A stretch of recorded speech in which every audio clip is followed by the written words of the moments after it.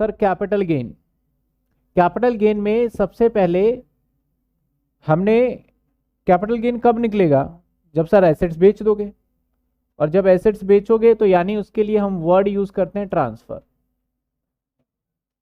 Transfer का मतलब है जब आप किसी को बेच देते हो, लेकिन इसमें समझने वाली बात है कि कब आप transfer transaction regard as a transfer होगा और कब नहीं होगा, कब आप ट्रांसफर मान लीजिएगा और कब नहीं मानिएगा। पहले भी डिस्कस कर चुके हैं, मैं मेन उन पॉइंट पे बात करूंगा। एक तो डिस्ट्रीब्यूशन ऑफ एसेट्स, गिफ्ट दे दोगे तो भी ट्रांसफर नहीं माना जाएगा, और एमेलगमेशन वगैरह के कुछ पॉइंट्स थे। तो सबसे पहले हमने ट्रांसफर की बात करी थी कि कब ट्रांसफर माना जाएगा और कब नहीं माना जाएगा। सर अगली बात करते हैं नेचर ऑफ कैपिटल एसेट्स। काफी सारे बच्चे इसमें भी थोड़ा सा कंफ्यूज हुए। Sir nature of capital assets क्या है, जिसको मैंने टाइप ऑफ कैपिटल एसेट्स से बताया था। तो कैपिटल एसेट्स दो तरीके का होगा, लॉन्ग टर्म और शॉर्ट टर्म। आपका शॉर्ट टर्म में मैंने बताया जो 12 महीने हो, 24 महीने हो, 36 महीने हो, और इससे जितने ज्यादा होंगे वो चला जाएगा लॉन्ग टर्म में। तो सर 12 महीने में कुछ कैटेगरी है, 24 महीने और 36 महीने। सर 12 महीने में क्या था, शेयर्स वगैरह है, कुछ बॉन्ड है। 24 महीने में नॉन लिस्टेड शेयर, बिल्डिंग और म्यूचुअल फंड वगैरह जो बाकी बच जाते हैं, ज्वेलरी वगैरह चला जाता है लॉन्ग टर्म में। इसके बाद हमने देखा था मोड। इसमें काफी बच्चे पूछ रहे हैं सर ये आपने समझाया लेकिन इसको करना नहीं सिखाया। सर जितने भी हम क्वेश्चंस कर रहे हैं अभी तक, हम जितने भी क्वेश्चन कर रहे हैं, ये क्या है, हमारा कंप्यूटेशन का मोड। यानी एक शॉर्ट टर्म, शॉर्ट टर्म में क्या है देखिए, जैसे मान लो मैं यहीं पे एग्जांपल लेके कर लेता हूं। मैंने लैंड खरीदा 5 लाख का और बेच दिया, मैंने सोल्ड कर दिया सर 20 लाख का, सिंपल सी बात है। तो सेल कंसिडरेशन में कितना लोगे, 20 लाख। एक्सपेंस ट्रांसफर 0 है तो ये आ गया 20 लाख। कॉस्ट ऑफ एक्विजिशन सीधा ले लोगे 5 लाख, इंप्रूवमेंट है नहीं तो 15 लाख रुपए शॉर्ट टर्म कैपिटल गेन आ गया। सिर्फ 54B और 54D यहाँ पे अलाउड होता है, तो 54B 54D यहाँ से माइनस कर देंगे, अगर नहीं है तो नहीं करेंगे हम। तो ये हमारा आ गया। तो ये लो हो गया मोड। तो काफी बच्चे परेशान होते हैं सर ये तो आपने कराया नहीं, क्योंकि इसका सवाल भी नहीं आता। और जितने भी लॉन्ग टर्म के हम क्वेश्चन कर रहे हैं सारा यही तो कर रहे हैं। लॉन्ग टर्म वाले में क्या होगा सर, लॉन्ग टर्म वाला में कंसिडरेशन लेस ट्रांसफर अगर है तो कर देते हैं। फिर इंडेक्स, इंडेक्स का मतलब पता ही क्या है, जैसे ये 5 लाख का अगर लॉन्ग टर्म होता है तो 5 लाख इंटू में 317 याद आ रहा होगा आपको, डिवाइडेड बाई 100, कुछ इस तरीके से। तो यही कंप्यूटेशन मोड है। इसमें नोट में ध्यान देने वाली बात क्या है सर, कुछ एसेट्स पे इंडेक्सेशन नहीं होगा और हमेशा शॉर्ट टर्म माना जाएगा। डेप्रीशिएबल एसेट्स, डेप्रीशिएबल एसेट्स बहुत बड़ा एक चैलेंज है जो सेक्शन 32 में कवर करेंगे। मैंने सैलरी के टाइम पे भी छोड़ दिया, ये हाउस प्रॉपर्टी में तो आया नहीं, और मैं कैपिटल गेन के टाइम भी छोड़ूंगा। मैं सीधा पीजीबीबी में से कवर करूंगा, पहला क्लास ही मैं इसी से स्टार्ट करने वाले हैं हम। लिस्टेड शेयर, इसका भी इंडेक्सेशन नहीं होगा sir. In case of cost of improvement वही बातें बताई गई, अगर प्रीवियस ओनर का है तो प्रीवियस ओनर का लेना है, और 1/4 से पहले लोगे तो नहीं लोगे, और शेयर्स को बेचा जाएगा। तो अब आता है, हमने ये भी देखा था याद है कि सर इसके अंदर गुडविल के लिए कॉस्ट ऑफ एक्विजिशन नील भी हो सकता है, और मार्केट वैल्यू अगर खरीदा है तो। इसके बाद शेयर्स में था बोनस शेयर, पहले में हम लेंगे बाद वाले में हम 0 ले लेंगे। रिनाउंसी, रिनाउंसर, राइट इशू, और फिर अदर हमने शेयर्स की भी बात करा था, किसमें क्या इंडेक्सेशन लगेगा किसमें नहीं लगेगा। तो ये सारा पॉइंट हमने कवर किया था पहले। सर 45 के कुछ स्पेशल केसेस जैसे लॉस बाय फायर, जैसे स्टॉक ट्रांसफर, जैसे एमेलगमेशन, पार्टनरशिप, और ये सारी चीजें करी। हालांकि डीयू कहता है, डीयू का कहना है कि ये स्पेशल केस है और ये हम आपसे एग्जाम में नहीं पूछेंगे। डीयू ने क्लियरली मेंशन किया हुआ है, जो कंटेंट डीयू लेगा मैं लास्ट में करूंगा। मेरा मोटिव अभी मैं सब कुछ बता दूं, उसके बाद मैं बता दूंगा कि आपका फोकस एग्जाम टाइम पे आएगा ना, एग्जाम से 10 दिन पहले, तब मैं जाके बताऊंगा सर ये चीजें आपको डीयू पूछेगा। तो ये वाला पॉइंट हालांकि बोला हुआ है कि हम नहीं पूछेंगे, भाई तुम्हें पढ़ना है पढ़िए, नहीं पढ़ना है मत पढ़िए, लेकिन मैंने फिर भी आपको ये बता दिया जितना भी पॉइंट था। सर इसी का आगे का पार्ट था ये, आप पढ़िएगा जरूर। आगे आता है tax treatment advance for feature. शायद जहां तक मुझे याद है हमने किया था ये, या नहीं किया था, किया था। तो मैंने बोला था चार्ट में मिल जाएगा, ऑल दो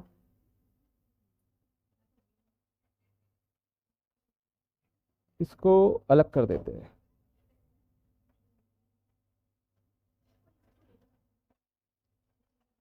इसको अलग समझेंगे।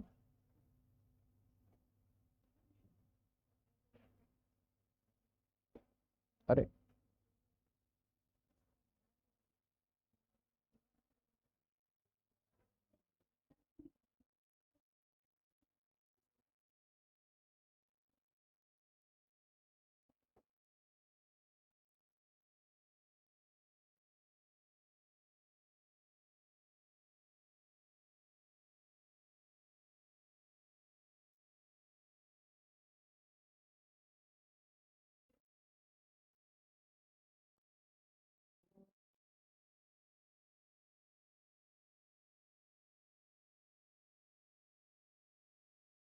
सर एक एक करके देख लेते हैं, लास्ट क्लास में किया है हालांकि। Advance four feature. Sir advance four feature में क्या करा था, लास्ट क्लास में एक बीच में क्वेश्चन आया था, उस क्वेश्चन पे हमने एडवांस फोर फीचर देखा था। एडवांस फोर फीचर में क्या था सर, 2014 की मैंने बात करी थी।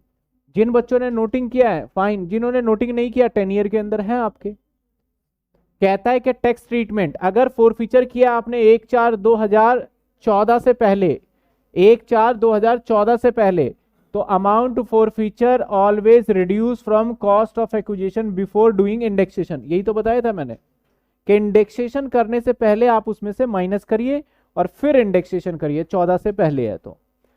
और कहता है if advance for feature by the current owner only then will be reduce from cost of acquisition. If forfeited by the previous owner, then it will be reduced from cost of will not be reduced from cost of acquisition. अगर आपका previous owner ने किया है, previous owner समझ रहे हो ना क्या होता है, जैसे पिताजी ने अपने बेटे के नाम घर कर दिया, तो बेचेगा तो बेटा ही कैलकुलेशन करेगा, लेकिन पिताजी प्रीवियस ओनर है।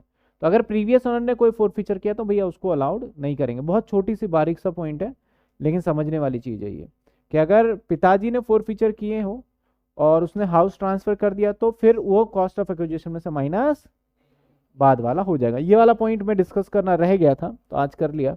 अगर आफ्टर होगा तो sir the amount of four feature will be regard income from other source and it will be taxable in the year four feature.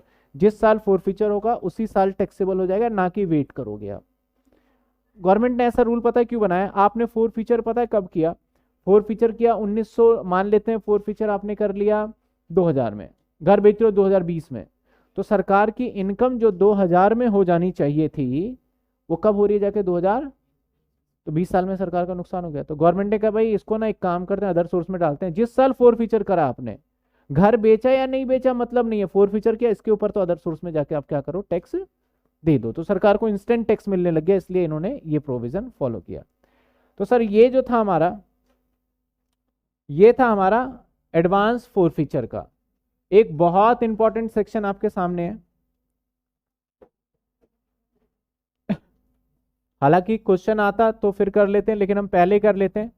हाँ मैं क्वेश्चन समझाऊंगा नहीं, क्वेश्चन करेंगे सीधा। अभी देखते हैं। Stamp duty valuation, value capital gain on real estate transaction. Real estate मतलब सर ये सिर्फ लगता है हमारा लैंड एंड बिल्डिंग पे। नॉर्मली होता क्या है, टैक्स की चोरी बहुत ज्यादा होने लग गई। सर टैक्स की चोरी का मतलब कैपिटल गेन में खास करके। अब मैं सिंपल सी बात कहता हूं, एक घर है और इस व्यक्ति ने इस घर को खरीदा था 5 लाख का। मान लेते हैं एक राम है, इसने खरीदा था, और अपने आप को ही समझ लो आपने खरीदा था 5 लाख का, और आप इस घर को बेच रहे हो 1 करोड़ का। मैं मान लेता हूं इंडेक्सेशन इंडेक्सेशन लगा के 10 लाख हो गया, तो आपको बाकी 90 लाख पे तो टैक्स देना चाहिए ना। और 90 लाख पे कितना टैक्स होगा, 18 लाख। 90 लाख पे कितना टैक्स होगा, 18 लाख। 18 लाख रुपए टैक्स सरकार को देना है। इसके ऊपर फिर अलग से वो तो जाएगा ही 4% एजुकेशन सेस और भी चीजें, सरचार्ज वगैरह जो है वो अलग। तो सर 90 लाख पे 18 लाख रुपए टैक्स, टोटल 19 लाख रुपए। और 19-20 लाख रुपए में तो फिर सोचो एक मकान और ले लेंगे हम तो, कहीं कच्ची कॉलोनी वगैरह में। तो आप खुद ईमानदारी से सोचो, आप खुद बताओ, मैं कहता हूं कि आपको टैक्स नहीं देना, कम देना चाहते हो, आप खुद भी तो कम देना चाह रहे हो, इसके लिए क्या करोगे। अब सर इसके ऊपर टैक्स आपका पता है कब लगेगा, जब आप ये सीधा 1 करोड़ रुपए कहां ले लोगे? सरकार को तभी तो पता चलेगा कि 1 करोड़ कहां ले लोगे आप, बैंक में। तब गवर्नमेंट आएगा भाई तुम्हारे पास 1 करोड़ कहां से आया, इसके ऊपर टैक्स वगैरह दो। मगर आपने क्या करा, 10 लाख रुपए ले लिया बैंक में, 90 लाख ले लिया किसमें? यानी आपने सर 10 लाख रुपए ले लिया कहां पे? बैंक में। तो सरकार को पता क्या चला, ये मकान कितने का बिका, और 90 लाख रुपए तो आपने कैश में ले लिए। तो सरकार यहां पे पकड़ने में नाकामयाब हो गई, क्योंकि कैश ट्रांजैक्शन का कैसे, आपस में बायर और सेलर ने आपस में कर लिया बातचीत कि भाई अगर ऐसा कुछ होता है तुम बोल देना 10 का ही बेच खरीदा है, तुम्हारे लिए भी फायदा और हमारे लिए भी फायदा। तुमसे सरकार पूछेगी नहीं कि 10 लाख लाए कहां से, और हमसे पूछेगी नहीं कि किस तरीके से था। तो बोला गया कि इस तरीके से आपस में बातचीत करके उन्होंने एक बात पे सहमति बना ली। गवर्नमेंट आई, गवर्नमेंट ने बोला भैया ये मकान तो कितने का बेचा है, तो उसने बोला जी 10 का बेचा है, देखो बैंक में ट्रांजैक्शन है। उसके बाद बोला कि भाई, उससे पूछा बायर से, भाई तुमने खरीदा 10 का है, बोला हाँ जी हमने 10 का ही खरीदा है। यानी दोनों आपस में हो गए, और जो 90 लाख रुपए है उसको अपने घर में नहीं कहीं और रख दिया उसने पैसे, हो सकता है पॉसिबिलिटी। तो सरकार का यहाँ नुकसान देखो, अब देखा जाए तो 10 लाख रुपए का बेचा, इंडेक्सेशन लगा के भी 10 लाख आ गया, तो टैक्सेबल इनकम अब 18 लाख रुपए सरकार का खा गए। जो सरकार के हिस्से का पैसा था 18 लाख रुपए, वो आपने 1 रुपए भी टैक्स। तो सरकार को यहाँ पे एक कदम उठाना पड़ेगा, गवर्नमेंट को एक स्टेप तो लेना ही पड़ेगा यहाँ पे, नहीं लेगा तो हमेशा ये चलता ही रहेगा लाइफ लॉन्ग तक। और एक डेली के एक प्रॉपर्टी बिकते हैं क्या? नहीं बिकते हैं, बहुत प्रॉपर्टी बिकते हैं। जहाँ पे प्रॉपर्टी का रजिस्ट्रेशन होता है ना, एक बार वहां पे जाके देखना, आपको 1-1 हफ्ते का वेटिंग पीरियड मिलता है। आपने कोई मकान खरीदा, उसको रजिस्ट्रेशन करवाना है, तो 1 हफ्ते का वेटिंग पीरियड, सर इतनी लंबी लाइन है वहां पे। गवर्नमेंट ने बोला कि एसएससी भाई, हम समझ गए तुम्हारी चालाकी कि तुमने और जो बायर है आपस में बातचीत करके आपस में एक समझौता मत बना लिया, हमें पागल बना रहे हो। हम इस प्रॉपर्टी को कितने में बिकेगा ये हम बताएंगे अब, यानी अब ये गवर्नमेंट तय करेगा। इनकम टैक्स वाले बोलते हैं अब ये हम तय करेंगे, आपने तय कर लिया ठीक है, और हम भी तय करेंगे। यानी हम एक ऐसा ऑफिसर अपॉइंट करेंगे जिसे बोलेंगे, जो कि बहुत ज्यादा इस फील्ड के अंदर एक्सपर्ट है, मतलब प्रॉपर्टी वगैरह को जल्दी से वो आकलन कर लेता है, जो कि बिल्कुल एक्सपर्ट है, हर जगह घूमता है, सही गणित लगा के सब कुछ बता देता है। और प्रॉपर्टी का रेट पता है कैसे तय होता है? सर्कल रेट होता है इनका। आप देखोगे ना तो हर एरिया का अपना एक सर्कल रेट चलता है। तो कभी प्रॉपर्टी अगर आपने देखा होगा तो घर पे देखना, प्रॉपर्टी के पेपर पे सर्कल रेट के अकॉर्डिंग तय होता है, और वो गवर्नमेंट डिसाइड करता है। तो जो होता है ना, वो स्टैम्प ड्यूटी वैल्यूअर होता है। Stamp duty valuer, basically stamp duty का मतलब है प्रॉपर्टी का रेट, क्योंकि आपको जितने का प्रॉपर्टी खरीदोगे उसके ऊपर ये इनकम टैक्स तो 20% जाएगा ही है, इसके अलावा आपको स्टैम्प ड्यूटी भी पेड करना पड़ता है 5% रजिस्ट्रेशन करवाने पे। फीमेल के केस में 1% का रिलैक्सेशन होता है, मेल के केस में 1% ज्यादा होता है। तो स्टैम्प ड्यूटी वैल्यूअर बताता है कि आपका सर्कल रेट से इतना होगा। उन्होंने कहा कि भाई तुम इसको आप 10 लाख का आप बोल रहे हो ना, 10 का बेचा है, आप बोल दो 10,000 का बेचा, हमें मतलब नहीं है। हमारा एक बंदा आएगा और इसका वैल्यूएशन लगाएगा। इसका बंदा आया और इसने बोला सर 90 लाख की प्रॉपर्टी है ये। गवर्नमेंट बोलेगा आपने 5 लाख का दिया है, आपने 5 रुपए का दिया है, हमें नहीं मतलब सर। हमारे ऑफिसर ने बोल दिया 90 का, आपने खरीदा था 5 का, आपका वैल्यूएशन करके यानी इंडेक्सेशन करके 10 हुआ, वो 90 कह रहा है, टोटल 80 हो गया, 80 पे 16 लाख रुपए टैक्स निकालो। तो अब जब ये गवर्नमेंट ये नियम लेके आई, पहले नहीं था, तो जब ये गवर्नमेंट नियम लेके आई तो क्या अब ये कैश में ज्यादा पैसा लेके कर लेगा कुछ? अब ये पूरा का पूरा ही कैश में ले ले तब भी कुछ नहीं कर सकता, क्योंकि जैसे ही प्रॉपर्टी रजिस्टर होगा किसी और के नाम पे, फटाफट गवर्नमेंट को अगर डाउट हुआ तो गवर्नमेंट क्या करेगा, अपना वैल्यूअर बुलाएगा और उससे वैल्यूएशन करा के और अपने हिसाब से वो क्या करेगा, टैक्स को वसूल लेगा। लेकिन यहां पे डिस्प्यूट आ गया, वैल्यूअर थोड़ा बहुत ऊपर नीचे बता देता। मैंने बोला 1 करोड़ का है, वैल्यूअर ने बोला सर 1 करोड़ 5 लाख का है। मैंने बोला जब मैंने लिया ही 1 करोड़ अकाउंट में, देख लो कैसे 1 करोड़ 5 लाख, मैंने 5,000 डिस्काउंट दे दिया, 5 लाख रुपए क्या करोगे तुम? तो यहाँ पे डिस्प्यूट हो गया थोड़ा बहुत। तो गवर्नमेंट ने बोला भैया एसएससी तुम ज्यादा टेंशन मत लो, आप जितना रेट बताओगे और वैल्यूअर बताएगा, तो 10% का अगर वेरिएशन रहा ना दोनों में तो हम आपकी बात सच मानेंगे। जैसे मैं कह रहा हूं कि 1 लाख का प्रॉपर्टी बेचा, या 1 करोड़ का 1 लाख का प्रॉपर्टी बेचा, और जो गवर्नमेंट अधिकारी है वो कह रहा है 1,10,000 का प्रॉपर्टी बेचा, मतलब 10% का वेरिएशन बता रहा है। मेरी बात में और सरकार की बात में कितने परसेंट का फर्क आ रहा है? तो सरकार बोलता है भैया इतना ज्यादा हम स्ट्रिक्ट नहीं होंगे, 10% 5% तो ऊपर नीचे चलता है, हम आपकी बात को ऊपर रखते हैं, आपकी प्रॉपर्टी 1 लाख की बिकी है, बात खत्म। लेकिन स्टैंप ड्यूटी वैल्यूअर बोलता है कि सर 1,11,000 का बिका है, तो डिफरेंस कितने का आ गया? बोला अब दिक्कत है, हमने एक रेट फिक्स कर दिया, 10% तक तो हम आपकी ही बात मानेंगे, 10% से जैसे बियॉन्ड जाएगा तो हम किसकी बात मान लेंगे? अपनी बात मानेंगे, वैल्यूअर का, और वही डिसाइड करेगा कि प्रॉपर्टी कितने का था और इसी पे टैक्स देना पड़ेगा। अब हम आपकी बात कोई भी नहीं मानेंगे। तो बड़ी छोटी सी बात ये है। तो ये भी ठीक था प्रोविजन। पहले 5% था, पुरानी किताबों में देखोगे तो 5% मिलेगा, अब बढ़ा के कर दिया 10%। तो सर कहता है स्टैंप ड्यूटी कैसे लगेगा? If asset sold more than the stamp duty valuation, अगर आपने एसेट्स को बेचा है, आपका एसडीवी, इसे एसडीवी भी बोलते हैं, स्टैंप ड्यूटी वैल्यू, एसडीवी बोलता है कि 10 लाख का है, और आपने बोला है सर सेल्स जो है वो 11 लाख का है, यानी जो गवर्नमेंट का अधिकारी है वो बोलता है कि सर ये 10 लाख का है, आपने बोला मैंने 11 का बेचा, आप बताओ। तो गवर्नमेंट कहेगा भैया हमारा अधिकारी तो झूठ बोल रहा है, आप सही बोल रहे हो, 11 लाख रुपए पे आप क्या करो, टैक्स दे दो। यानी गवर्नमेंट का फायदा किस में है? 11 में। तो गवर्नमेंट ही तो बोलता है अगर आपका एसेट सोल्ड करते हो more than stamp duty value, यानी एसडीवी से ज्यादा, तो सेल कंसिडरेशन आपका एक्चुअल सेल वैल्यू माना जाएगा। ये बात समझ में आई आपको? लेकिन प्रॉब्लम कब आया? जब उससे कम में बेचा जाएगा। कहता है in case stamp duty valuation exceed 10% sale consideration stamp duty will be taken.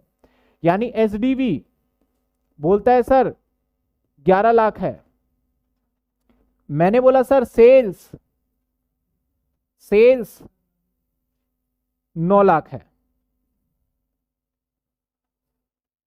तो बीच का डिफरेंस परसेंटेज कैसे निकालोगे? एक ये भी चैलेंज है। सर डिफरेंस कैसे निकालते हैं? इन दोनों का डिफरेंस कितना है? 2 लाख, 9 लाख, 11 लाख, कितना है? अब इसके बेस ईयर मान लोगे, अपना जो सेल है ना वो मानोगे। सेल क्या है? N2 में 100 करिए, ये परसेंटेज कितना चेंजेस है ये निकलेगा, डेल्टा लिख देता हूं। तो बताइए क्या चेंज आ रहा है यहाँ पे? मेरे पास तो कैलकुलेटर ही नहीं रहता है यहाँ पे। सर वीडियो लैग हो रही है। अच्छा वीडियो लैग हो रही है, रिफ्रेश मारते हैं। बताइए क्या चेंज आया परसेंटेज? मेरे हिसाब से 10 से तो काफी ज्यादा आएगा। कितने परसेंट आया? सर 22% का चेंजेस आ गया। यानी आपकी बात में और सरकार की बात में 22% का फर्क आ गया है। कहता है क्या in case of stamp duty value, यानी एसडीवी एक्सीड हो जाए 110%, 110 को छोड़िए 10% से ज्यादा एक्सीड हो जाए, देन सेल कंसिडरेशन क्या मानोगे? Stamp duty value as a consideration. यानी अब आपको क्या किस पे मानना पड़ेगा? इसके ऊपर। ये आपका इररेलेवेंट, आप झूठ बोल रहे हो। इसका समझ में आई बात आपको? अगर आपने सरकार के स्टैंप ड्यूटी वैल्यूएशन से ज्यादा बोल दिया तब तो समस्या नहीं, सरकार बोलती है कोई बात नहीं चलने दो। लेकिन अगर कम बोल दिया तो कम में भी चलेगा, लेकिन 10% के अंदर अंदर, और 10% से जैसे एक्सीड करोगे तब बात नहीं बनेगी। चलो एक और एग्जांपल ले लेता हूं। एसडीबी बोलता है सर आपकी प्रॉपर्टी की वैल्यू 10 लाख, और आपने बोला सर हमारे प्रॉपर्टी की वैल्यू 9 लाख, या फिर मैं इसको चेंज कर देता हूं, आपने बोला 10 लाख और उसने बोला 11 लाख, 11 या थोड़ा और कम कर देता हूं। आपने बोला सर 10 लाख, और स्टैंप ड्यूटी वैल्यूएशन बोलता है सर नहीं 10 लाख नहीं, 10,50,000। अब दोनों की बातों में कितने परसेंट का फर्क है? 5% का, यानी 10 तो नहीं गया। तो आपको 5-10% झूठ बोलना अलाउड है, सिंपल सी बात कहूं तो, उससे ऊपर नहीं बोल सकते। 5% का फर्क है तो गवर्नमेंट क्या कहेगी? हम आपकी वैल्यू को मान लेंगे। अब ऐसा करने के बाद क्या पता वाकई आपने अपने दोस्त को सस्ते में दिया है, रियलिटी भी हो सकती है ना। आपका दोस्त था, भाई मैं तेरे को 5 लाख में 10 का लिया था, ठीक है भाई तेरे से क्या कमाना, जितने का लिया था उतने का ले ले। और ये सच्चाई है। अब गवर्नमेंट यहां पे आ जाता है, नहीं भाई नहीं, हम तो अपनी ड्यूटी बोलेंगे। भैया जब मेरे पास पैसा आएगा, आपके पास 10 लाख ही आया है और आप 18 लाख रुपए कैपिटल गेन मांग रहे हो, तो ऐसा थोड़ी हो जाएगा। हमारी प्रॉपर्टी हम डिसाइड करेंगे कितने का बेचेंगे। आप तब डिसाइड करिए जब हम आपसे झूठ बोल रहे हैं, आपके साथ फ्रॉड कर रहे हैं। लेकिन इनकम टैक्स वाले नहीं मानेंगे बात को, बोलेगा नहीं भाई ऐसे नहीं चलेगा। फिर हम क्या कर देंगे, इसके अगेंस्ट केस जाएंगे, कोर्ट तो जाना ही पड़ेगा इसके बाद। कहता है if SSC not satisfy request AO refer the case valuation officer. अगर एसएससी बोलता है भैया इनकम टैक्स वालों तुमने जो ये बताया है ये हम नहीं मानेंगे, हम ऊपर एप्लीकेशन देते हैं, तो हम क्या करते हैं, एओ क्या होता है आपका, असेसिंग ऑफिसर होता है। ठीक है, इनकम टैक्स के अंदर पोस्ट होता है, एसटीओ होता है, एसटीओ कहते हैं, एओ होता है, और अलग अलग कमिश्नर होता है, डिप्टी कमिश्नर अलग अलग होता है। तो सर वो उनको हम एप्लीकेशन देंगे, एक चिट्ठी लिखेंगे कि सर हमारी बातों को सुनवाई किया जाए। अब से उन्होंने क्या करा, एक और वैल्यूएशन ऑफिसर बिठा दिया। अब देखो तीन बातें हो गई, एक मैं, एक एसडीवी स्टैम्प ड्यूटी वैल्यूएशन, और एक और वैल्यूएशन ऑफिसर आ चुका है। अब क्या होगा, सेल कंसिडरेशन क्या मानेंगे, हालांकि ये आपके एग्जाम से इतना पॉइंट नहीं है, लेकिन ये वाला तो मान के चलो इस बार एग्जाम में आएगा ही ये वाला पॉइंट। कहता है एक्चुअल सेल कंसिडरेशन और एसडीवी, ए बी पॉइंट हो गया, हायर ऑफ ए बी, यानी मान लो, मैं रेज कर देता हूं उसको, मान लो आपका एक्चुअल सेल्स है 5 लाख, एसडीवी बोल रहा है 6 लाख, तो आपको सी पॉइंट में पता है क्या लेना है, हायर इन दोनों में से क्या आएगा। अब वैल्यू एक कैलकुलेट, आप जो वैल्यूएशन होगा कैलकुलेट कौन करेगा, वैल्यूएशन ऑफिसर। आपने जिसको रिक्वेस्ट किया सर इसका करिए, उन्होंने कहा सर ये होगा 4 लाख, उन्होंने कहा क्या सर ये होगा 4 लाख। तो कहता है value calculate by the valuation officer sale consideration lower of. अब इन दोनों में से जो लोअर होगा, यानी आपका सेल माना जाएगा। तो जब उनके पास फैसला जाएगा तो वो कुछ इस तरीके से वो माइनस प्लस करके चलेगा। कब, जब आप अपील करोगे। अगर आपने अपील नहीं किया तब तो भैया आपको जो टैक्स है उस पर देना पड़ेगा। तो काफी इंपॉर्टेंट है स्टैंप ड्यूटी वैल्यूएशन। आप अभी फिलहाल के लिए ना इस वाले पॉइंट के ऊपर मैं स्टार बना देता हूं, बाद में भी कर लें, लेकिन आप मुझे जवाब दीजिए, ये दोनों पॉइंट आपको समझ में आना चाहिए। अगर ये दोनों पॉइंट आपको समझ में आ गया ना, तो फिर हम आगे एक क्वेश्चन भी इसके ऊपर देखेंगे जो लास्ट ईयर एग्जाम में आया था, अभी तो मैं उसको देखूंगा अभी। बताइए यहां तक क्लियर है, बड़ी बेसिक बेसिक से पॉइंट है। सर इसके बाद लास्ट ईयर फोर फीचर वाला भी हो गया, और कुछ हमारे स्लम सेल वगैरह कुछ सेक्शन है, तो मैं दिखा दूंगा आपको कि डीयू ने क्या बोला है कि इंक्लूड है, क्या बोला है एक्सक्लूड है, वो हम बाद में चर्चा करेंगे। यहां तक क्लियर हो गया। तो एक सवाल हम इस पे ले लेते हैं, ये वाला जो एग्जाम में आया था 2000, हालांकि कोविड के टाइम आया था, और मैं हर बार कहता हूं कि कोविड के टाइम वाले के क्वेश्चन को कंसीडर मत करिएगा, मतलब पेपर के पैटर्न को कंसीडर मत करिएगा। सर एसडीबी रिपीट, अभी कर रहे हैं क्वेश्चन, सब रिपीट हो जाएगा। मेरा कहना है सर पेपर के पैटर्न को फॉलो मत करिएगा, लेकिन क्वेश्चन तो था सर, तो क्वेश्चन आप देख लें तो मैं कहूंगा बेटर होगा। सर क्वेश्चन आया हुआ है, कहाँ गया कहाँ गया, ये तो एचपी है, सॉल्यूशन किया तो था इसका।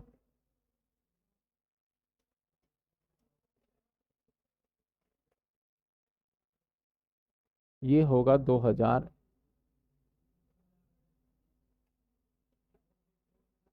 2021-20 का पेपर में है।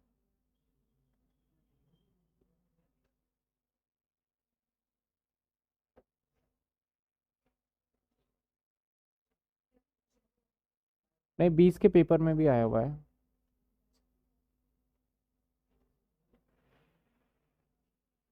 हम्म।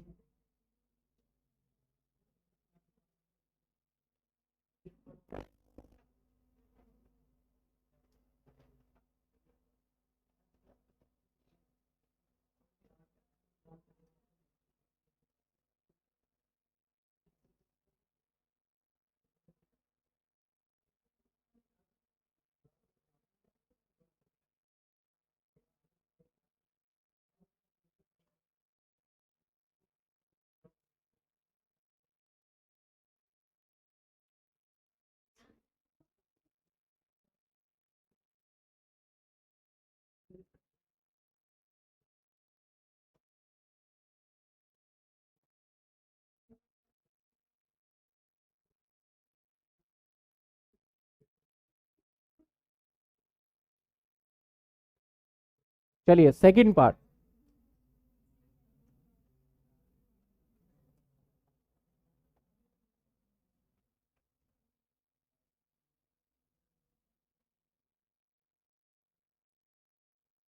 हम सिर्फ जो हमने अभी सीखा है, हालांकि इसके दो पार्ट और है।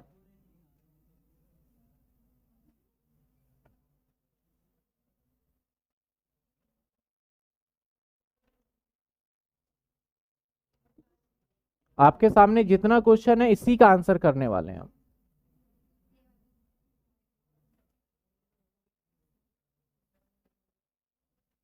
हर बच्चे को क्वेश्चन विजुअल है, एक बार देखिए। क्वेश्चन विजुअल है। अभी एसडीबी रिपीट कर देंगे, कोई बात नहीं। क्वेश्चन क्लियर दिख रहा है? अपनी 10 ईयर के अंदर किताबों में ढूंढने का फायदा है नहीं, टाइम वेस्ट होगा, तो फिलहाल सिर्फ यहां देखेंगे हम। चलिए क्वेश्चन पढ़ते हैं। कहता है he had purchase a vacant land cost 60 lakh. Sir इसने एक खरीदारी की है,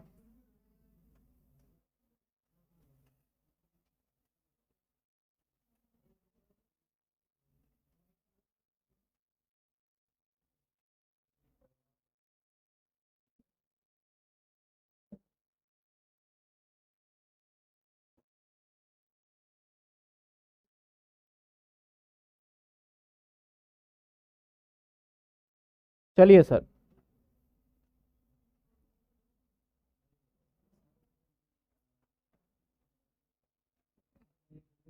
जो लिखना होता है ऊपर लिख लेते हैं। कहता है एक इसने 60 लाख रुपए का परचेज किया है, मैं इधर लिखता भी जाता हूं।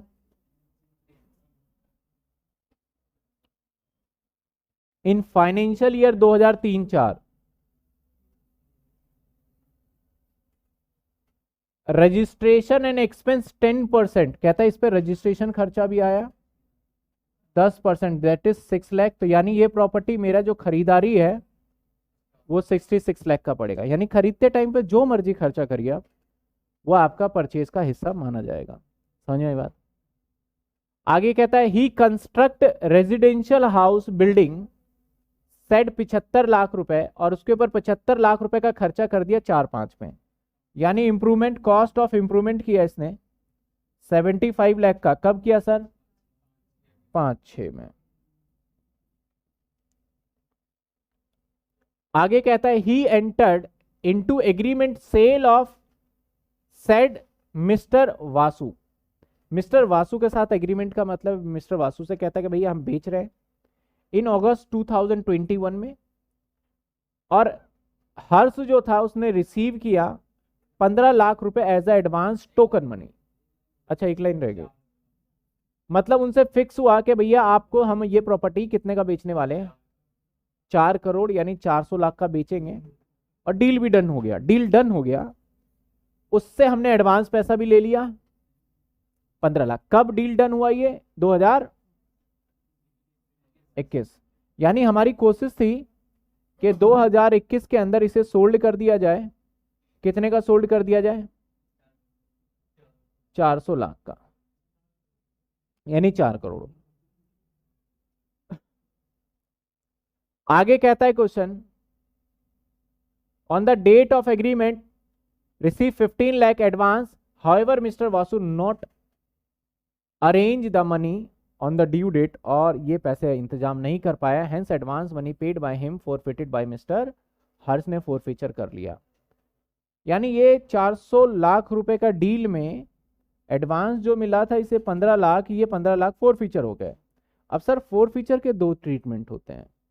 सर फॉरफीचर के क्या दो ट्रीटमेंट होते हैं? या तो आप उसे अदर सोर्स के हिस्से को मानोगे, या तो आप उसे किसका मान लोगे? अदर सोर्स का हिस्सा मानोगे, या फिर आप मानोगे कॉस्ट ऑफ एक्विजिशन में से माइनस। तो ये कैसे डिसाइड करोगे कि ये अदर सोर्स का हिस्सा है या फिर कॉस्ट ऑफ एक्विजिशन में से माइनस होगा? ये डेट के हिसाब से डिसाइड होगा, 2014 से पहले है या 2014 के। और हमारे सवाल में तो 2021 की कहानी है ये। तो ये सारा का सारा पैसा अगर देखा जाए तो सर ये पैसा हमारा कैपिटल गेन का है ही नहीं, ये जाएगा अदर सोर्स। समझे बात आप? यानी जो इतनी सारी कहानी हमने पढ़ी है ये सिर्फ आपको पजल करने के लिए दिया जाएगा एग्जाम में, इसका कोई रोल नहीं है जो हमने अभी तक देखा है थोड़ा बहुत। सर आगे क्या कहता है, ये फिर से एक व्यक्ति को पकड़ के लाया और एग्रीमेंट कर लिया राठी के साथ, और बोलता भैया तेरे को तो अब हम 420 में बेचेंगे। यानी न्यू एग्रीमेंट कर दिया इसने 2022 में ही, और बोला तेरे को बेचेंगे 420 लाख में। The sale deed was executed registered on 15/2/2000 और 15/2/2022 में ओके पैसे भी आ गए for the agreed consideration, but stamp duty value, लेकिन जो स्टैंप ड्यूटी वैल्यूएशन ऑफिसर है of the property was fix, उसने बोला भैया इस प्रॉपर्टी में मुझे थोड़ा डाउट लग रहा है, 420 का बेचा है, मेरे हिसाब से तो कितने का होगा, यानी सरकार कहती है कितने का होगा 450 का, आप कहते हो कितने का है 420 का। तो जो मैं यहां पे सेल कंसिडरेशन लूंगा, सर वो कंसिडरेशन या तो सरकार की बात वाली वैल्यू लेंगे या अपनी वाली, डिपेंड करेगा। अगर 10% से ज्यादा का वेरिएशन हुआ तो सरकार की बात सच मानी जाएगी, और 10% से कम का वैल्यूएशन वेरिएशन हुआ तो हम 420 अपनी बात को सच मानेंगे। आगे कहता है मिस्टर हर्ष ने पेड किया 1% brokerage on sale consideration receive, लेकिन सर किसी की भी बात माने, सेल कंसिडरेशन पे जो हमारा एक्सपेंस होगा, सर बेचा तो 420 का है, उसका 1%, 420 का 1% कितना होगा 4.2 लाख, है ना। 420 का 1% निकालेंगे तो 420 में से नहीं 4 होगा ये, हाँ 4.2 लाख होगा, ठीक है। Subsequent mister Hars made following investment, एक इन्वेस्टमेंट पीछे रह गया है, मैंने दो यहां पे दिखा दिए हैं। कहता है he acquire residential house at Delhi 60 lakh का, और एक दुबई में खरीद रहा है। तो बोला था भैया घर खरीदना है लेकिन अपनी मर्जी से नहीं, इंडिया में ही खरीदना है, ये ध्यान रखना बात को। कंफ्यूज करने के लिए क्या बोला, 2 घर खरीदा, बच्चा देखेगा घर खरीदा है घर बेचा है, दे दो 54 में एग्जम्पशन, लेकिन घर कहाँ खरीदा है ये भी जानना। तो ये वाला जो इसने खरीदा है ना ये दुबई, तो बोला भैया तू दुबई जाके रहे, इसका कुछ नहीं बेनिफिट देंगे। अब इंडिया में जो खरीदा उसका डिडक्शन मिलेगा 54 के अंदर, और कुछ इन्वेस्टमेंट और क्या। तो मुझे तो सबसे पहले जानने में, मैं आपसे जानना चाहता हूं कि सेल कंसिडरेशन क्या लूं मैं, 420 लूं या 450, आप बताइए फटाफट कमेंट में बताइए, 420 या 450।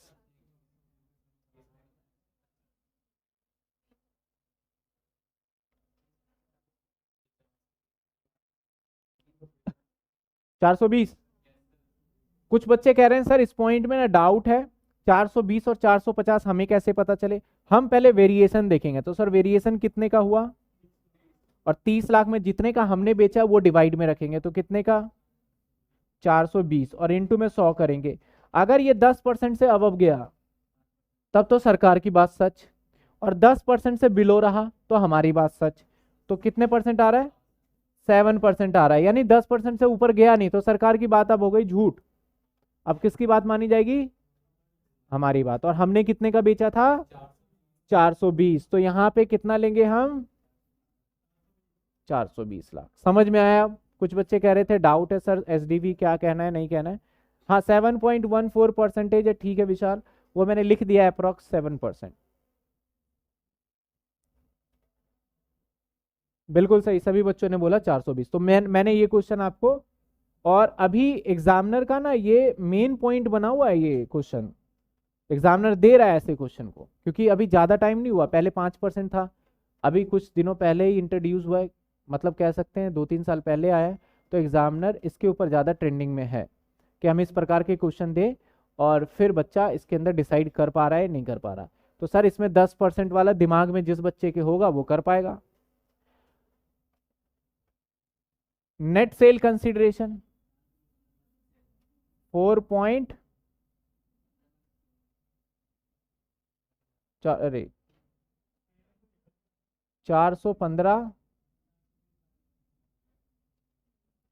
आगे करते हैं less cost of acquisition. Sir इसने 60 का नहीं खरीदा, 317। अब खरीदा कब था? 3-4। 3-4 का इंडेक्सेशन देखिए, लेस कर देंगे cost of improvement. Sir 75 lakh का इंप्रूवमेंट कर दिया। कब किया सर 75 लाख का इंप्रूवमेंट? 5-6 का बताइए।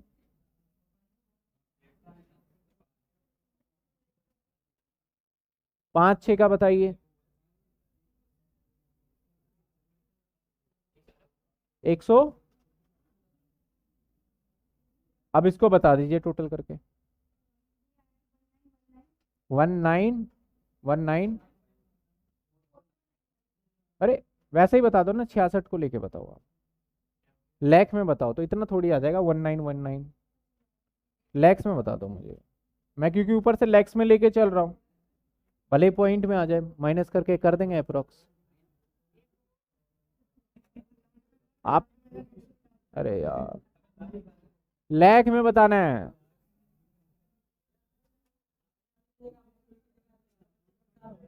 ये के क्यों आएगा? हाँ तो 404,20,000 ही तो होगा। 1.991 ना।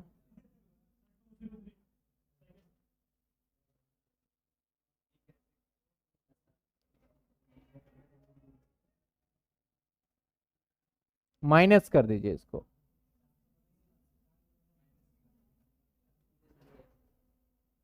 माइनस करिए।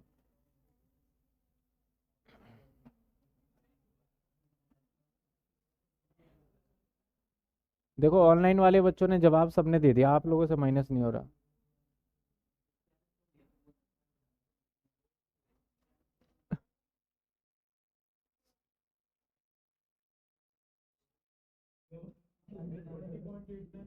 कितने? यानी 20,89,000 रुपए का कैपिटल गेन आ गया। अब इसने इन्वेस्टमेंट कितना किया सर? 60 लाख का। तो माइनस कर सकते हैं सेक्शन 54 या नहीं? कर दीजिए सर। तो इसका टैक्सेबल इनकम क्या बन गया? मैंने हालांकि यहां किया, मैं एक बार क्वेश्चन में दिखा दूं, ये क्वेश्चन थोड़ा बड़ा भी था। कहता था इसने सब्सक्राइब एनएचआई बॉन्ड भी किया, और इसके अंदर ए पार्ट के अंदर देखा जाए ना तो इसने ज्वेलरी वगैरह भी कुछ किया था। इसने डिस्ट्रॉयड हुआ, जो मैंने बताया था कि his stock machinery was damage destroyed by fire accident loss WDB. मैं सिर्फ बी पार्ट की बात कर रहा हूँ। कुछ बच्चों को क्वेश्चन अगर दिखता है तो आप ये समझ आए जितना हमने सीखा है उतना ही पार्ट कवर किया है।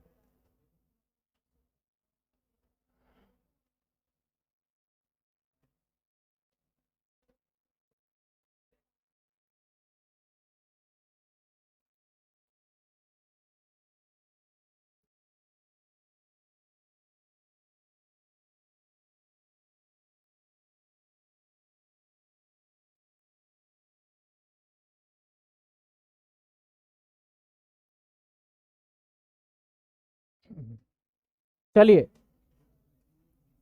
और कुछ सवाल देख लेते हैं। अब मैं एक चीज बता दूं आप सभी बच्चों को जो कंफ्यूज हो रहे थे, कैपिटल गेन के अंदर का कोई भी सवाल आप कर सकते हो जो आपके एग्जाम के पॉइंट ऑफ व्यू से है।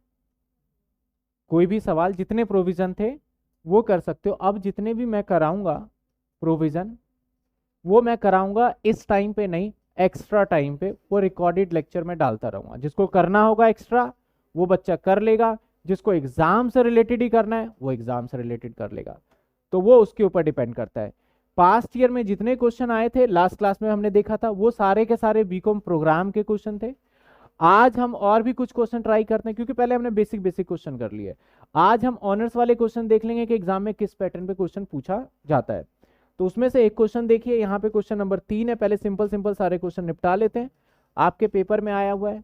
तो यानी अब इतने प्रोविजन जिस बच्चे को याद है ना, इसलिए मैं इस चैप्टर को आसान कहूंगा क्योंकि आप में पूछा ही इतना जाता है। लेकिन अगर आप पूछो कि सर पूरा कैपिटल गेन मुझे डिटेल में समझना है तो फिर आसान नहीं है ये। मैं फिर आसान नहीं कहूंगा, क्योंकि इसके अंदर बहुत सारे प्रोविजन और भी हैं, बहुत सारे रूल और भी लगते हैं। उसके ऊपर मैं अलग से वीडियो बनाऊंगा जो और भी रूल है। मैं एक छोटा सा एग्जांपल लूं। कई बार क्या होता है कि आज हमने टोकन मनी दे दिया टोकन मनी, और टोकन मनी देने के बाद मैंने 1 साल का वक्त मान लिया, 1 साल बाद पेमेंट दूंगा। 1 साल में तो फिर से दोबारा चेंज हो जाएगा वैल्यूएशन। तो उस केस में हम सेल कंसिडरेशन क्या लेंगे, क्योंकि जब टोकन मनी दिया होगा तब एग्रीमेंट एग्जीक्यूट हो गया होगा कि 15 लाख रुपए का मकान है सर, 5 लाख रुपए पकड़िए, अगले साल दे देंगे 10 लाख। लेकिन अगले साल उस प्रॉपर्टी की वैल्यू कुछ और हो गई होगी। तो ऐसे कुछ स्पेशल केसेस है, तो उसमें क्या प्रोविजन लगता है, हालांकि डीयू मना करता है कि हम ऐसे टिपिकल केसेस आपसे एग्जाम में नहीं पूछेंगे, लेकिन लर्निंग के लिए जो बच्चा होगा उसके लिए मैं ये वीडियो बना के हर एक सेक्शन पे डाल दूंगा, और उसके ऊपर मैं एक फोल्डर बना दूंगा कि ये एक्स्ट्रा क्लासेस है, not related to your examination. तो जिस बच्चे को देखना होगा भैया देख लेना, जिसको नहीं देखना होगा कोई बात नहीं। अब एग्जाम के क्वेश्चन देख लेते हैं, 2009 में आया हुआ फॉर्मेट पहले बना ले।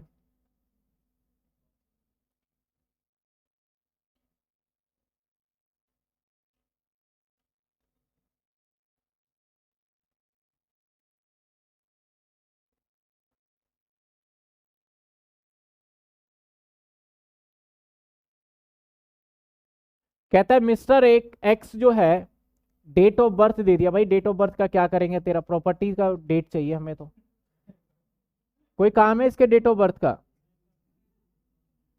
कभी कभी पढ़ सकता है, अगर टैक्स लाइबिलिटी पूछ ले, उम्र 60 साल से ऊपर है कम है तब पढ़ता है काम हमें। कहता है परचेज वन हाउस, यानी इसने एक घर खरीदा। सर कब खरीदा? 1982, किसी काम का डेट नहीं। कितने का? 70,000 का।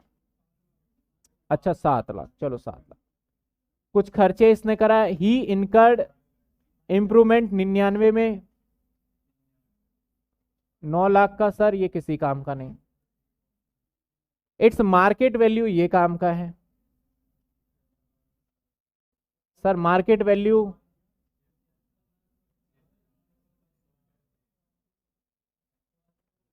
मिस्टर एक्स ने इस पे फर्दर इनकर्ड किया बाद में 2011 में। कॉस्ट ऑफ इंप्रूवमेंट जो यूज होगा 27, 27, 37, 75, इतना सारा पैसा लगा दिया इसने। नहीं ये तो बेचा है, मैं ये तो कोई सेल्स कॉस्ट ऑफ इंप्रूवमेंट, तभी को इतना कैसे लगा दिया। और ही इन्वेस्ट यूटीआई। अब देखो मैं कह रहा हूं कि चीजें टिप्स पे होना चाहिए तब पेपर अटेम्प्ट करोगे। अब इसने कहां से डाल दिया इसने यूटीआई। अब यूटीआई में इन्वेस्ट करने पे क्या होता है, डिडक्शन मिलता है एटीसी में। अब जिसको याद होगा वो तो फटाफट कैच कर लेगा। अब जिसको याद नहीं है वो तो घूमता रहेगा, भाई इसको करा, इसका कौन सा 54 की कौन सी सीरीज में डिडक्शन मिलेगा। तो 54 की बात ही नहीं कर रहा, कहाँ का दे दिया। और ATC long term capital gain पे माइनस नहीं होता, ये भी आपको याद रखना है साथ के साथ। समझ में आ रही है बात आपको? कहता है कंप्यूट टैक्स लाइबिलिटी। ऑनर्स की खास बात है, हर बार एग्जामिनर बोलेगा भाई तू टैक्स लाइबिलिटी निकाल के, tax liability for assessment year 22-23, indexation भी दे रखा है। तो चलिए फटाफट निकालते हैं। सर सेल्स क्या है? सर सेल्स है ये वाला हमारा 27, 27, 37। तो मेरे हिसाब से सब बच्चों को क्वेश्चन समझ में आ रहा होगा, जितना हमने प्रोविजन किया है उसके हिसाब से। माइनस सेलिंग एक्सपेंस था क्या कुछ? नहीं था। तो यही आ जाएगा हमारा नेट सेल कंसिडरेशन।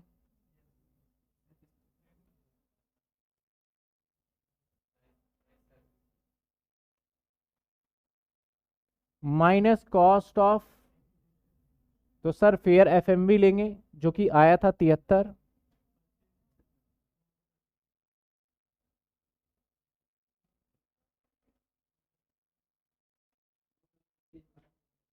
दो करोड़ 32 लाख।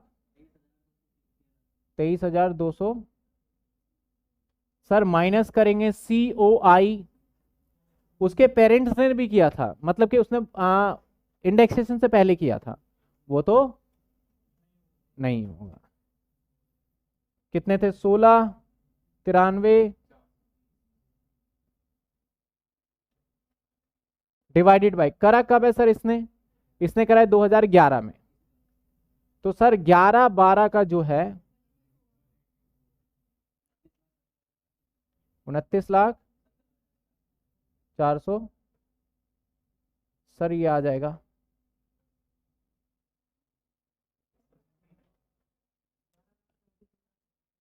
कितने? 11 लाख तो नहीं आएगा।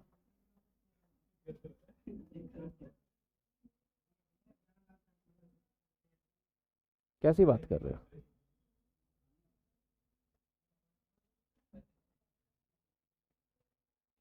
बताइए कितना आ रहा है, देखिए 11 लाख ही आ रहा है। हाँ, 11 लाख आगे 33।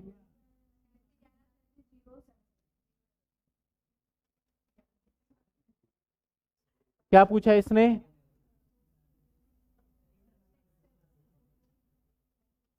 हर क्लास में बोलता हूँ 15 तारीख तक कोर्स खत्म होगा, बच्चे फिर पूछते हैं कि कब होगा। चलिए, अब हमें निकालना है टैक्स लाइबिलिटी। तो सर टैक्स लाइबिलिटी में क्योंकि ये लॉन्ग टर्म कैपिटल गेन है, तो यहाँ पे स्लैब रेट का काम नहीं है, शॉर्ट टर्म में स्लैब रेट लगता है, यहाँ पे स्लैब रेट का काम नहीं है, यहाँ पे सिंपली लॉन्ग टर्म पे लगता है हमारा कितने परसेंट? सर यहाँ पे ये इन्वेस्टमेंट जो 1 लाख का है इसे माइनस नहीं करेंगे, नहीं तो मैं क्या करता, अब टोटल इनकम मैं निकाल के बता दूं, इसको थोड़ा छोटा करके दिखा देते हैं आपको, इसको इस साइड कर देते हैं। हालांकि होगा क्या, आपका टोटल इनकम, वैसे हम टोटल इनकम कैसे निकालते थे? इनकम फ्रॉम, मैं कैपिटल गेन ले लूंगा जो कि आपने बताया 1133, और फिर हमारा आ जाता था ये ग्रॉस टोटल इनकम,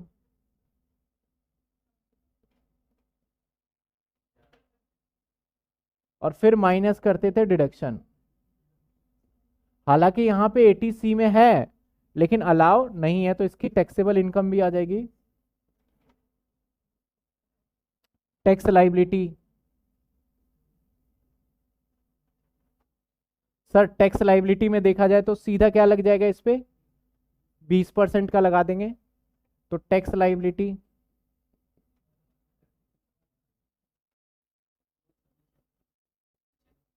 कितने?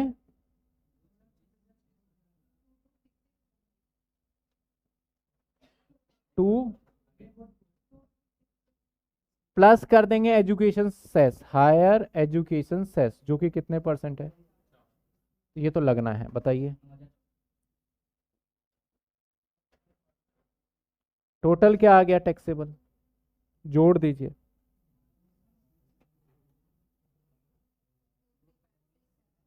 256, सर ये टैक्सेबल, ये पूरा सवाल हो गया।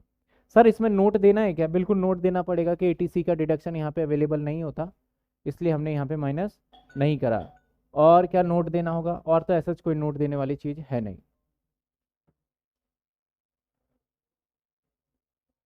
33923 बच्चे बोल रहे हैं, यही है मेरा 339, मैंने तो 23 निकाला है। ठीक है, सामने आपके है। सवाल देखो बहुत आसान था।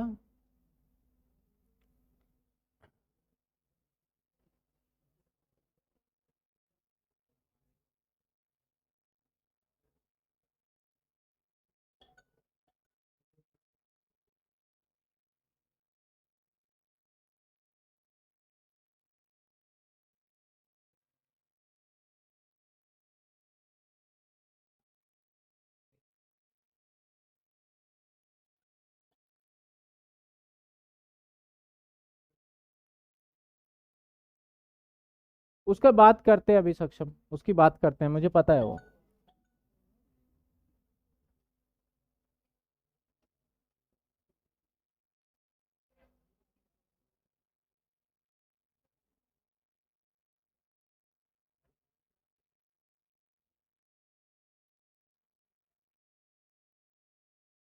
बच्चों का कहना है सर आंसर अलग आ रहा है। मुझे पता है वो 20% नहीं है, अभी मैं आपको 20% सिर्फ सिखा रहा हूं। कहा गया क्वेश्चन?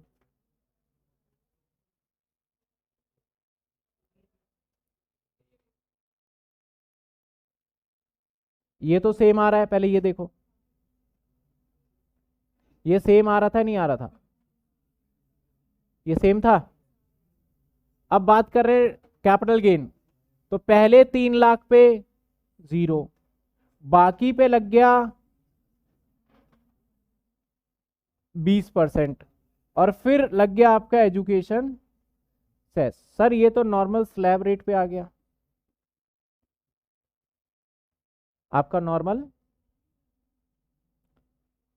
तो अभी आपको जो मैंने 20% कराया ना, वो 20% ठीक है, कोई गलत नहीं है। रूल क्या कहता है, क्योंकि इसके स्पेशल वाले देखा नहीं है, कहता है कि अगर आपका सिर्फ कैपिटल गेन ही इनकम है तो बेसिक एग्जम्पशन की लिमिट को माइनस करके बैलेंस पे 20% दीजिए। मान लो इसका इनकम होता है सैलरी 4 लाख, और फिर आता कैपिटल गेन, तो कैपिटल गेन पे सीधा कितना लगता हमारा 20%, और सैलरी पे लग जाता अप टू 3 लाख जीरो, क्योंकि एज 60 अबव है, और बाकी के ऊपर कितना लग जाता है हमारा, जैसे कि अप टू, बाकी का जो डिफरेंस आता है कितने परसेंट आता है, 5% आता है ना, तो 5% आता है। यानी सर बेसिक एग्जम्पशन लिमिट की बात करें तो कोई भी व्यक्ति हो, अगर कैपिटल गेन ही इनकम है सिर्फ, तो बेसिक एग्जम्पशन लिमिट को माइनस करने के बाद बैलेंस आ जाएगा। अब बच्चे कह रहे हैं सर सॉल्यूशन में आपने नहीं किया, तो सॉल्यूशन में मैंने सीधा डायरेक्ट 20% ले लिया है, क्योंकि आने वाले सवाल में 20% होंगे, इसलिए मैंने आपको रेट डिटरमाइन कर दिया। वहां पे थोड़ा समझाना मुश्किल हो जाएगा अभी कि सर ये क्यों माइनस किया, 20% कैसे आया, तो इसलिए मैंने कहा कि सिर्फ अभी आप 20% लीजिए, जैसे जैसे क्वेश्चन में बढ़ते जाएंगे उसको क्लैरिटी देते जाएंगे।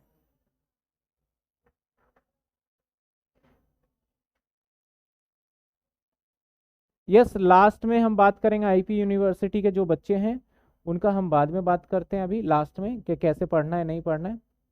3 लाख डिडक्शन दिया हुआ है। क्लियर हो गया होगा, काफी बच्चे हैंड रेज कर रहे थे, जो सवाल था उसका मैंने जवाब दे दिया, मैंने अभी क्यों किया ऐसा, तो आंसर को देख के परेशान बिल्कुल भी ना हो।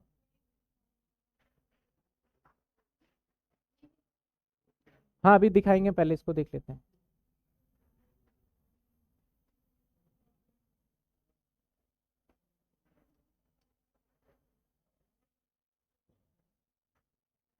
एक और क्वेश्चन।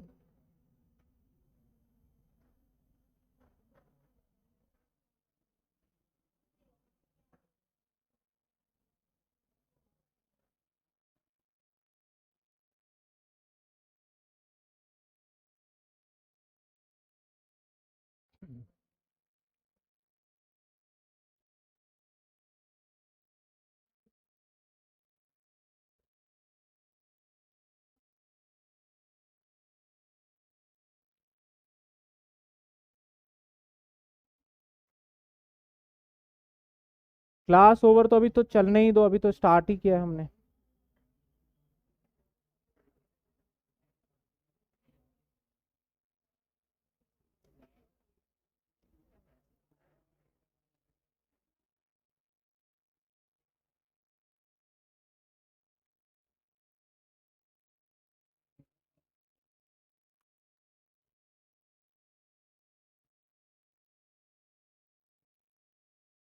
क्वेश्चन पढ़िए, आपके सामने है।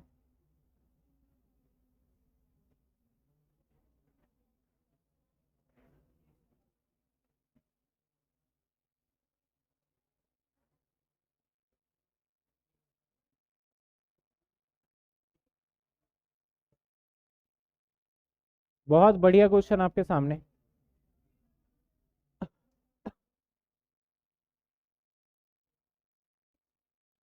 हालांकि मैंने नोट्स के अंदर 10 ईयर के अंदर एक सिस्टमेटिक अप्रोच फॉलो किया, वही एग्जाम में फॉलो करना है। यहाँ पे मैं तोड़ तोड़ के इस सवाल को करूंगा ताकि आपको समझ में आ जाए, हर पॉइंट को अलग अलग लेके चलेंगे। कहता है सर ऐसे एक रेजिडेंट है इंडिया का, इसने परचेज किया था 1000 अनलिस्टेड इक्विटी शेयर 153 का। तो परचेज 1000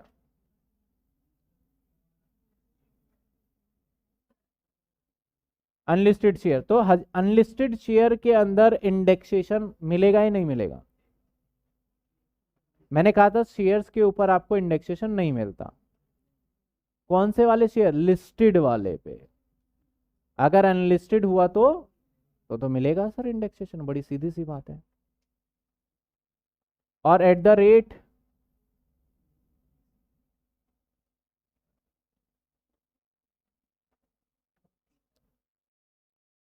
कब खरीदा सर? 25/10/2003 में।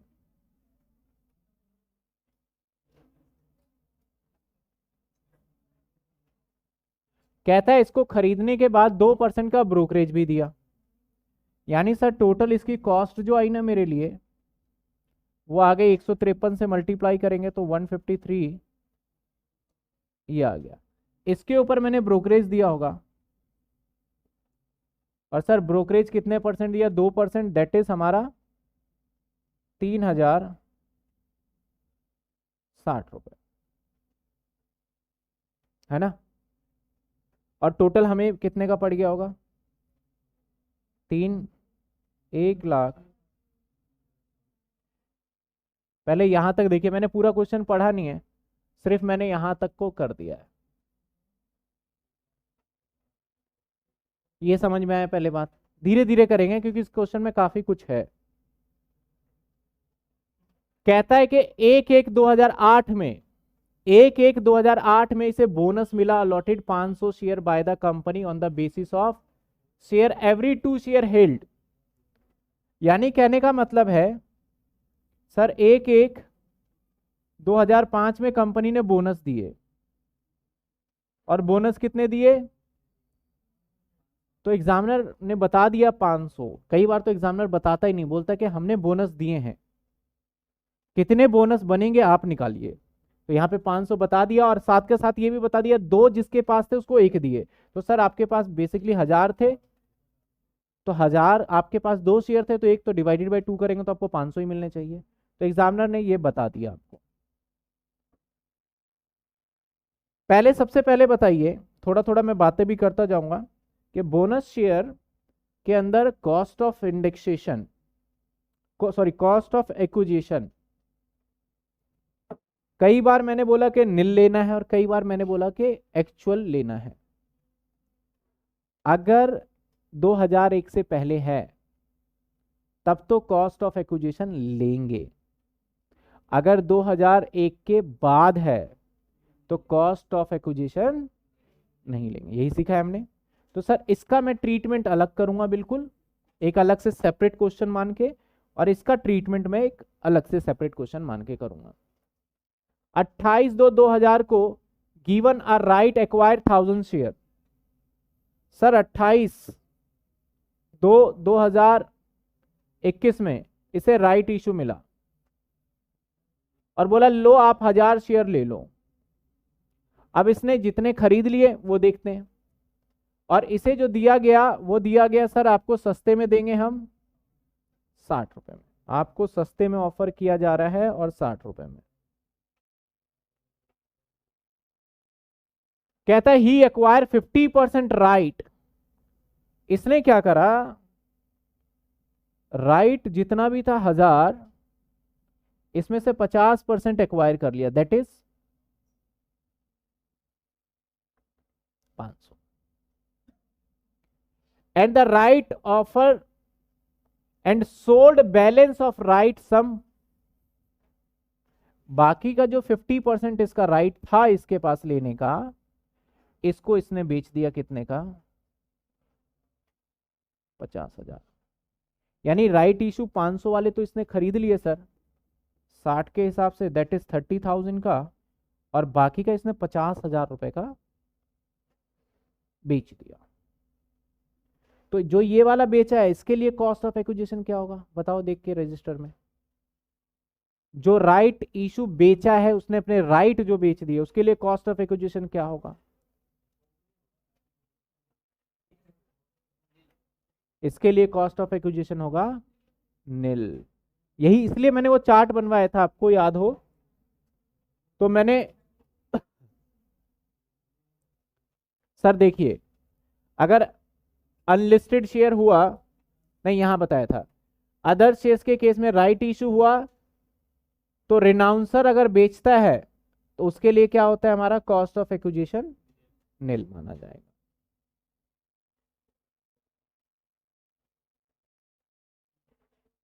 चलिए आगे कहता है ही सोल्ड ऑल शेयर 2022 में। तो मुझे कोई बच्चा बताएगा इसके पास टोटल शेयर कितने हो गए।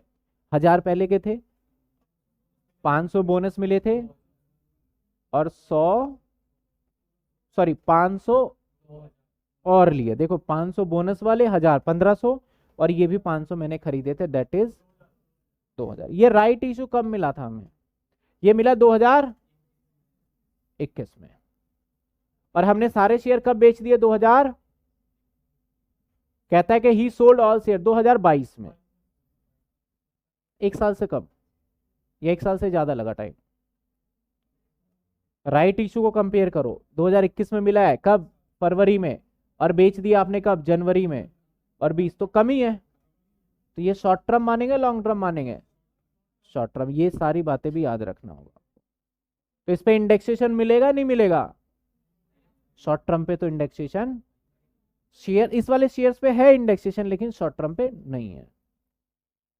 कहता है 460 रुपए में बेच दिया कॉस्ट ऑफ इन्फ्लेशन इंडेक्सेशन आपको फर्दर गिवन है और compute the capital gain and tax for assessment year 22-23 assume the income from other source भी इसका 31 का है।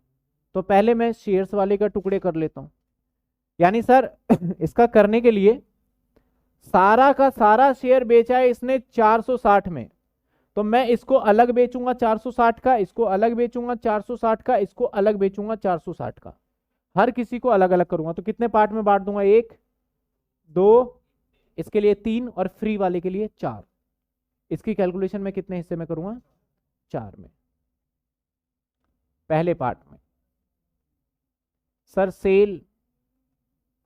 सेल होगा यहां पे 1000 इंटू में 400 दैट इज कितने हो गए 460 या minus cost of acquisition. Sir इसको कितने का खरीदा था 156,060 इंटू में 317 डिवाइडेड बाय खरीदा कब था डेट भी लिखा है 2002 और 3 और 4 और सर 3 4 का क्या है। तो पहले आप इसका बता दीजिए क्या आता है।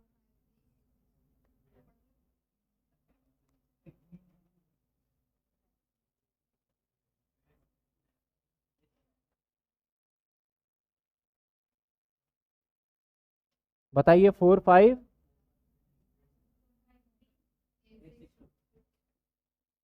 सर ये आ गया लॉन्ग टर्म कैपिटल गेन कितने का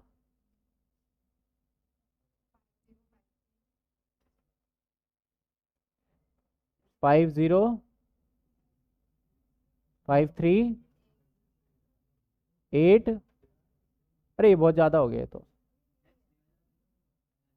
माइनस करना है ये तो 6000 6000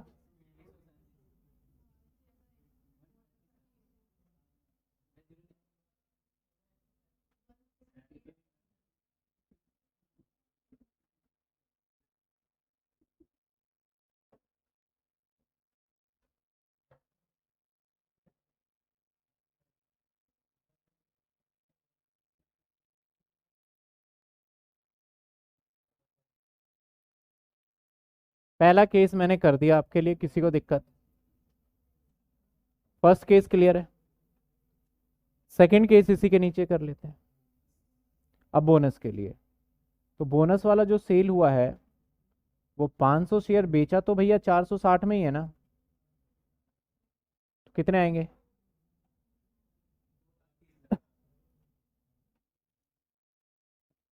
माइनस करेंगे cost of acquisition,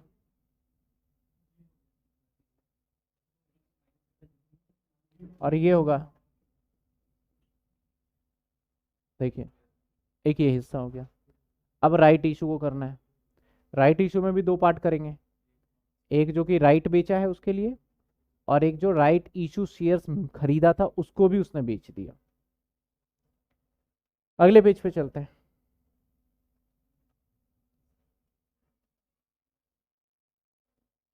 right issue वाले को, सर सेल, सर 500 शेयर और 460, तो 2 lakh less cost of acquisition. Indexation कर दे क्या? नहीं करेंगे, क्यों? क्योंकि शॉर्ट टर्म कितने का लिया था? दैट इज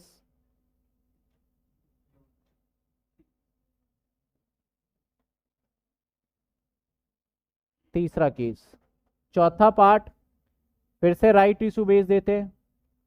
सर सेल कितने का किया था राइट इशू? सर इसके लिए कॉस्ट ऑफ एक्विजिशन लोगे क्या? तो ये कितने का हो गया? इसने बोला टैक्सेबल कैपिटल गेन बताइए और टोटल कितना टैक्स लगेगा, टोटल इनकम भी बताइए। तो कैपिटल गेन से तो इनकम ये हो गया, सबको जोड़ देंगे। यानी अगर सर हमें इसका टैक्सेबल इनकम निकालना हो,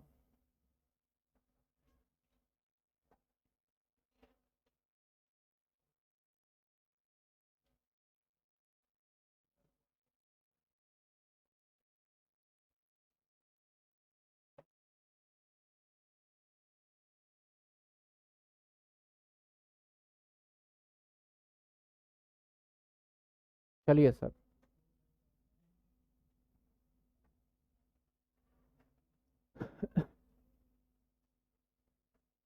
लॉन्ग टर्म कैपिटल गेन, पहले नॉर्मल शेयर से। सर आपने बताया 3137, नहीं 6137,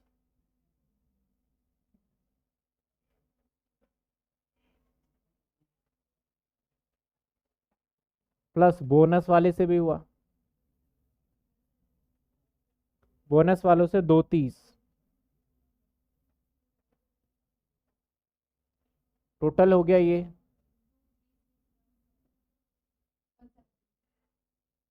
1, फिर 3 क्यों आएगा?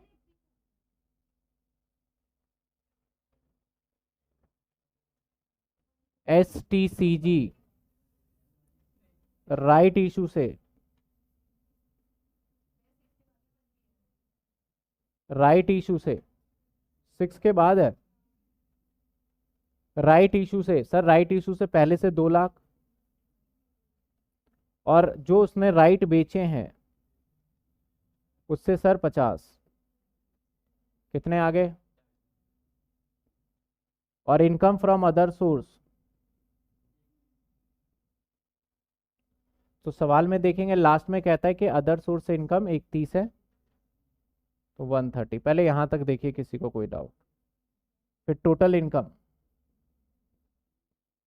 जिसको हम ग्रॉस टोटल इनकम भी कह देते हैं, करिए प्लस 6 लाख। पहले यहां तक देखिए, किसी का कोई डाउट?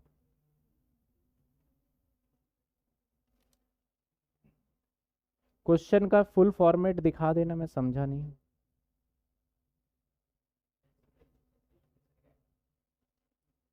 क्या कह रहे हैं ये बच्चे?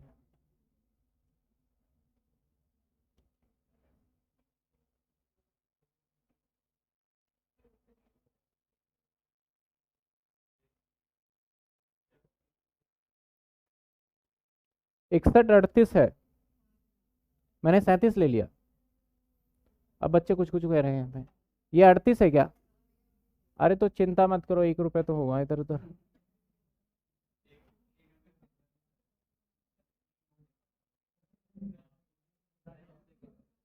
चलो, मेरा मेन पर्पस था सर इस क्वेश्चन में कॉम्प्लिकेशन है। देखो, एक तरफ हमारा बोनस को भी ध्यान देना है, एक तरफ राइट को भी देना है, और राइट इस तरीके के सवाल भी आने के चांसेस ज्यादा होते हैं शेयर्स वाले में।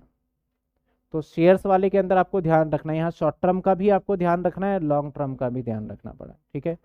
तो ये पूरा क्वेश्चन था जो कि हमने किया।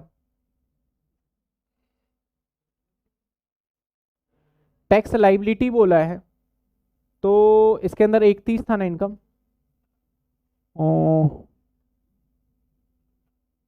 इसका टैक्स लाइबिलिटी निकाल दे, निकाल के बता दूं ना, बता यहाँ पे समझा दूं, यहीं समझा देते हैं इसका टैक्स लाइबिलिटी। सर देखो, आपकी इनकम ये बन रही थी total, long term capital gain पे 20% ले लिया इन्होंने सीधा। याद है लॉन्ग टर्म कितना था? 236। कहाँ था सर 236? दिखा दो आप। 236 138 LTCG, उस पर कितना लगेगा लॉन्ग टर्म पे सीधा? तो इसलिए पिछले वाले सवाल में मैंने बोला भैया आप 20% तो मानो, तो इस पे सीधा कितना लग गया सर? 20%। समझ में आया? अब बाकी शॉर्ट टर्म पे ना हमारा बेसिक एग्जेम्पशन लिमिट के साथ लगता है, वैसे 15% होता है, लेकिन बेसिक एग्जेम्पशन। अब टोटल इनकम अगर इसमें से ये इनकम अगर आप बाहर निकाल दो तो आपकी बचे ये इनकम, इसमें से 2.5 लाख रुपए आपका एग्जेम्प्ट और प्लस 130, तो 130 के ऊपर आपका लग गया 5%, दैट इज ये, और आपका ये और सेस लग के ये आंसर आ गया। करके बता दूं? हो जाएगा, समझ में आ जाएगा।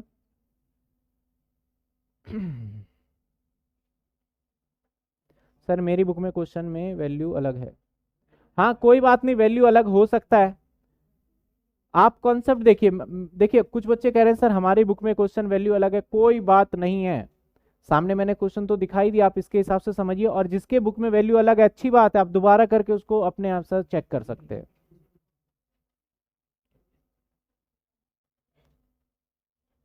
कोई दिक्कत?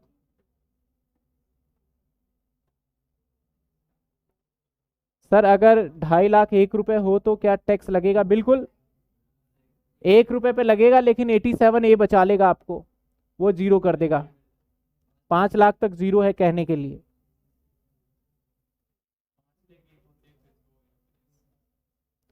सर शॉर्ट टर्म वाला टैक्स लाइबिलिटी बता दो, चलो बता ही देते हैं एक बार।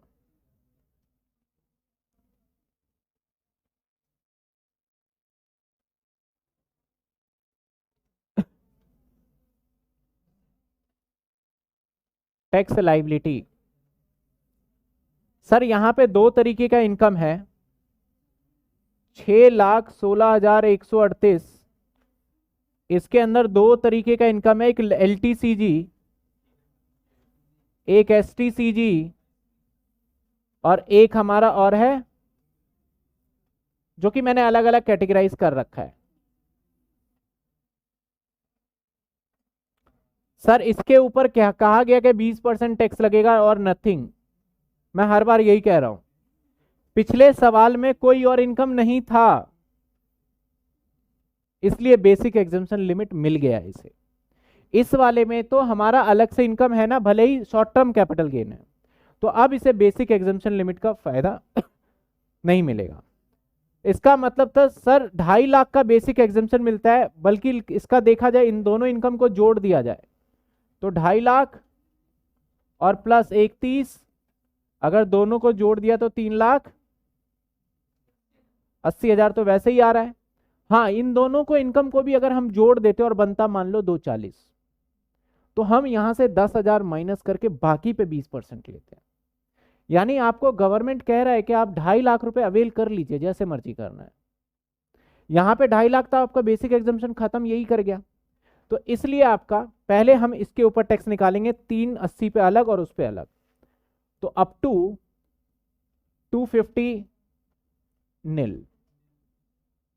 बैलेंस बचा कितना? 250 माइनस करोगे तो, और 130 पे बनेगा at the rate 5%, that is 6500। अब इसका निपट गया। अब भाई लॉन्ग टर्म कैपिटल गेन आ गया, तो आपका एल टी सी जी पे सीधा कहता है 20%, तो 2 36 20%, कितना आ रहा है बताओ, कैलकुलेट कर लो।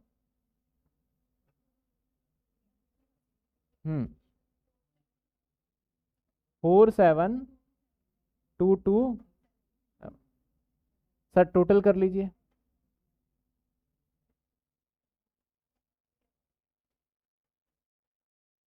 कितने आ गए, 47 5 52, 53 700। अब इसमें प्लस कर देंगे हायर एजुकेशन सेस 4%, कितने, 222149, प्लस कर दीजिए 55,800। वही चीज अब समझ में आया, जिसको थोड़ा बहुत भी डाउट था क्लियर हो गया क्या है कहानी।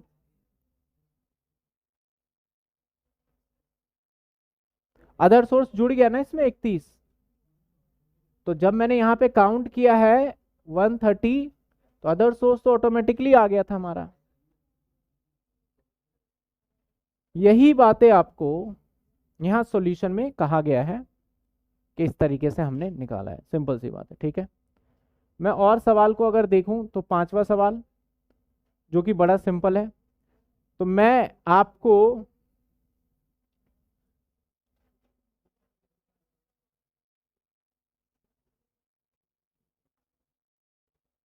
तेरह क्वेश्चन है, जिसमें से हमने ऑनर्स के आज कितने क्वेश्चन देख लिए, दो देखे, तीन देखे, तीन देख लिया आज।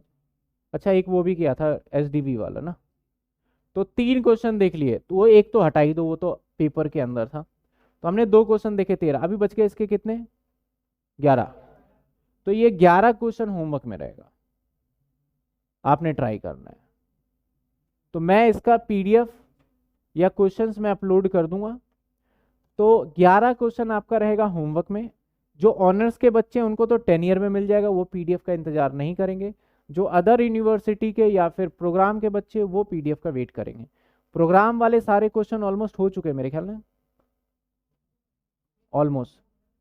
हाँ, तो प्रोग्राम वाले कैपिटल गेन के प्रोस्पेक्टिव, देखो एग्जाम पॉइंट ऑफ व्यू से मैं कहता हूं कि आपका सिलेबस हो गया डन। अब मैं कैपिटल गेन का अलग से रिकॉर्डिंग करूंगा एक्स्ट्रा पार्ट के लिए, 50C है या फिर आपका स्लम सेल है या कुछ और छोटी छोटी सी बातें हैं जो मुझे लगता है कि आपको रियल लाइफ में पता होना चाहिए।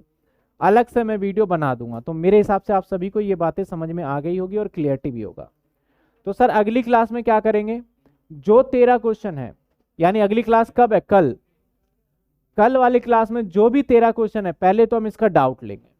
तो सभी बच्चे, जितने बच्चे हैं डाउट लेके आएंगे अगली क्लास में, यानी कल। पहले तो डाउट लेंगे, डाउट लेने के बाद कोई थोड़ा समय बचेगा तो हम स्टार्ट करेंगे PGBP, chapter profit business gain, PGBP start करेंगे हम कल। सर मेरी बुक में लॉन्ग टर्म में क्वेश्चन में 10% टैक्स लिया है, पहले 10% हुआ करता था, अब रिवाइज हो गया है शेयर्स पे। पहले हुआ करता था, तो पुरानी बुक में अपडेट नहीं हुआ होगा।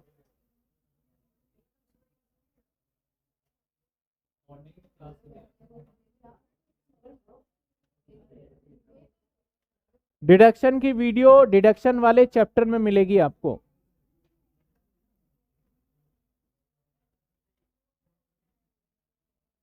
जिसको नोट करना है नोट कर लीजिए, कुछ बच्चे कह रहे थे।